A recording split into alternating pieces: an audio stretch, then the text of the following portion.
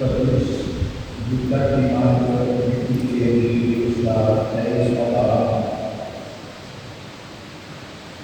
mendapat ayat mendapat ayat itu besar sedikit terkait